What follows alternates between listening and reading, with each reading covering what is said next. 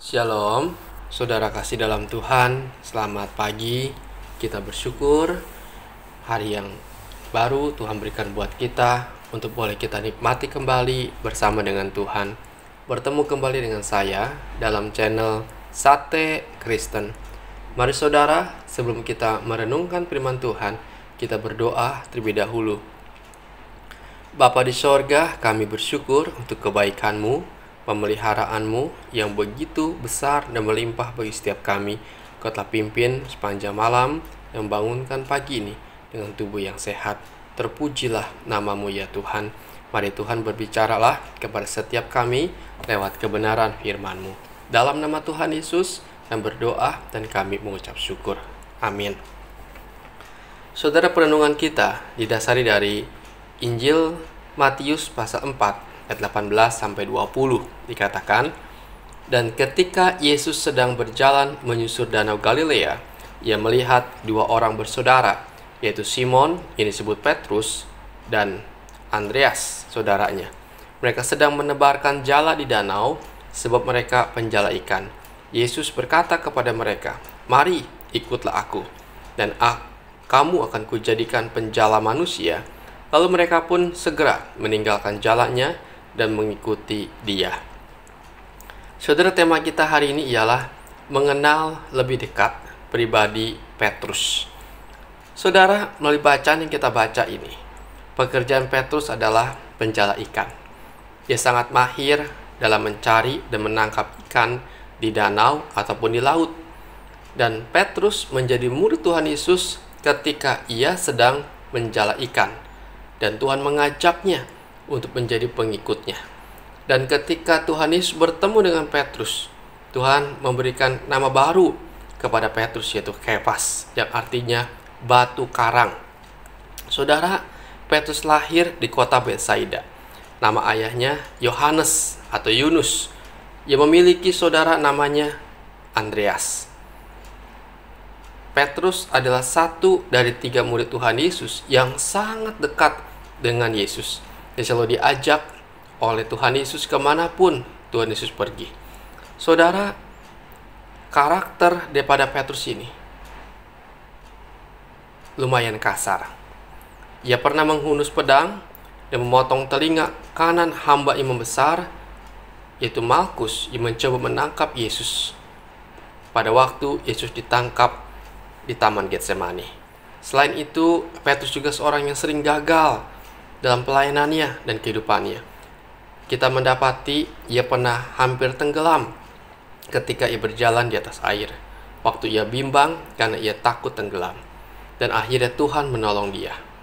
Petrus juga pernah menarik Yesus ketika Yesus memberitahukan akan penderitaan dan kematiannya. Sehingga waktu itu Tuhan Yesus menyebut Petrus sebagai iblis. Yang paling memprihatinkan saudara, Petrus juga pernah menyangkal Yesus sebanyak 3 kali. Tuhan sudah berkata bahwa sebelum ayam berkokok, ia akan menyangkal sebanyak 3 kali. Tapi Petrus dengan bangganya berkata, "Sekalipun mereka semua tergoncang imannya karena Engkau, aku sekali-kali tidak." Petrus berkata, "Sekalipun aku harus mati bersama-sama dengan Engkau, aku takkan menyangkal Engkau." Namun apa yang terjadi?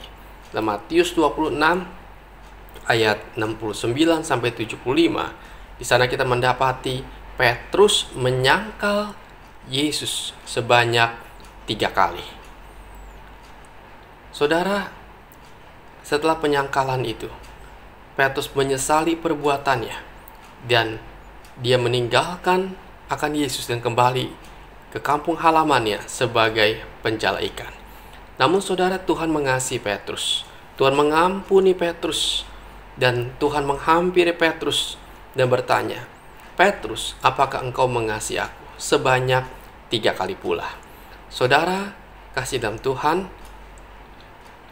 Dan akhirnya Tuhan memulihkan keadaan Petrus. Dan Petrus kembali menjadi murid Tuhan. Dan memberikan tugas kepada Petrus untuk menggembalakan domba-dombanya. Ada tugas untuk menjadi pemimpin gereja pada waktu itu, untuk memberitakan Injil Tuhan kepada banyak orang. Bahkan Petrus pernah Tuhan pakai saudara di mana melalui khotbahnya ada 3.000 orang yang bertobat pada hari Pentakosta. Dan menurut catatan sejarah saudara, Petrus setia di dalam imannya kepada Tuhan. Ia mati disalib dengan terbalik, di mana kepala di bawah dan kaki di atas di kota Roma. Saudara, sungguh luar biasa. Pribadi Petrus yang setia kepada Tuhan. Saudara, apa yang kita pelajari dari kehidupan Petrus ini?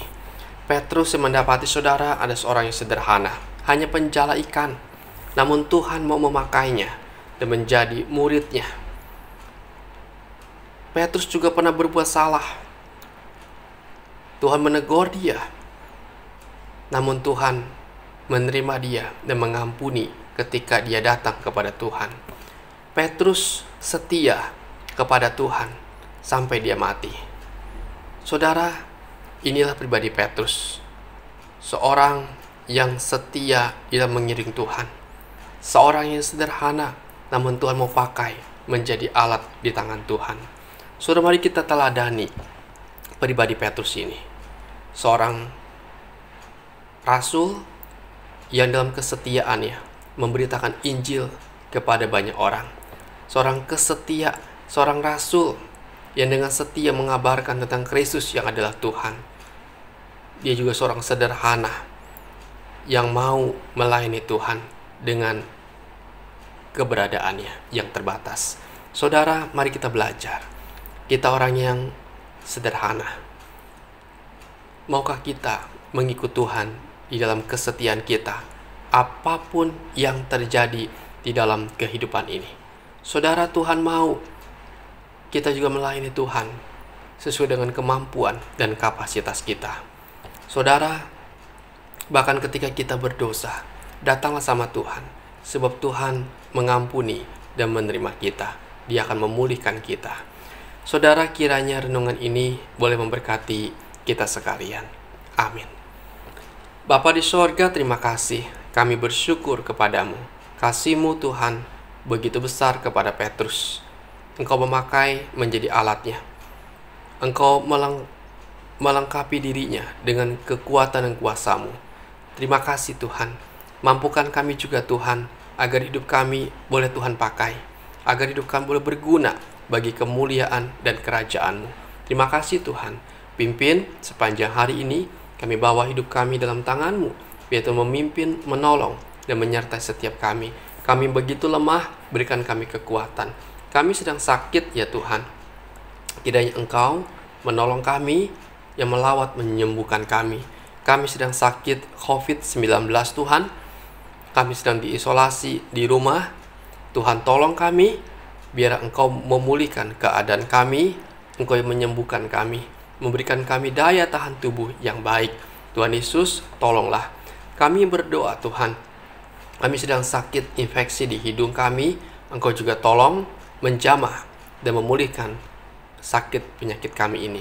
Tuhan, kami yang sedang bergumul untuk penjualan tanah dan rumah kami, Tuhan juga tolong kami, biar Tuhan boleh memperlancar, mengirimkan seorang pembeli yang serius, supaya kebutuhan kami terkecukupi dan hutang-hutang kami boleh terbayar.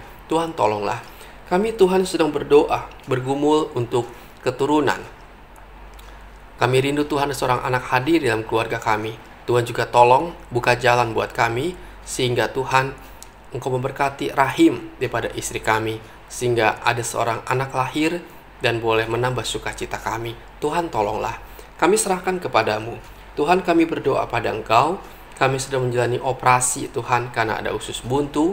Tuhan juga tolong Engkau yang boleh perlancar akan operasi kami, sehingga penyakit kami pun dipulihkan, disembuhkan oleh Tuhan. Terima kasih Bapa, sungguh kami berseru hanya kepada Engkau. Ini doa dan pengharapan kami, hanya di dalam nama Tuhan Yesus yang berdoa dan kami mengucap syukur. Amin. Selamat pagi saudara, selamat beraktivitas, dan mari kita melakukan minimal satu kebaikan kepada sesama kita pada hari ini. Dan Tuhan Yesus memberkati kita sekalian.